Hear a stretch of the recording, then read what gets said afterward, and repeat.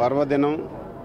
అందులో శివుడికి అత్యంత ప్రీతిమైనటువంటి సోమవారం నాడు ఈ దినం పడ్డం, ఈరోజు స్వామిని దర్శించుకోవడం చాలా అదృష్టంగా భావిస్తున్నాం.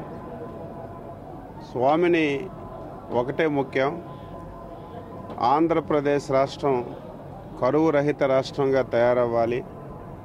ఏ ఒక్క ప్రాంతానికి కూడా నీటి సమస్య లేకుండా ప్రతి ఒక్క ప్రాంతం పుష్కలమైనటువంటి నీటితో రైతు ప్రతి నిమిషం ఆనందంగా ఉండడానికి చంద్రబాబు నాయుడు గారు చేస్తున్నటువంటి కృషికి పూర్తిగా ఆశీర్వచనాలు అందించమని చెప్పి కోరాం. అదేవిధంగా కొత్తగా ఏర్పడినటువంటి ఈ రాష్ట్రాన్ని అన్ని విధాల అభివృద్ధి చేయడానికి రాష్ట్ర ప్రభుత్వానికి, ముఖ్యమంత్రి గారికి ఎల్లవేళలా కూడా అండగా దండగా స్వామి నిలబడాలని చెప్పి ఏదైతే మేము ప్రాజెక్టులు ప్రారంభించామో అవన్నీ కూడా ఎక్కడ కూడా అవాంతరాలు లేకుండా అవిఘ్నంగా ముందుకు సాగాలని చెప్పి కోరుకున్నాం. అదేవిధంగా రాష్ట్ర ప్రజలందరూ కూడా సుఖమైనటువంటి, సంతోషమైనటువంటి జీవనంతో ముందుకు సాగాలని చెప్పి ప్రార్థించాం. ఈరోజు చాలా ఆనందంగా ఉంది.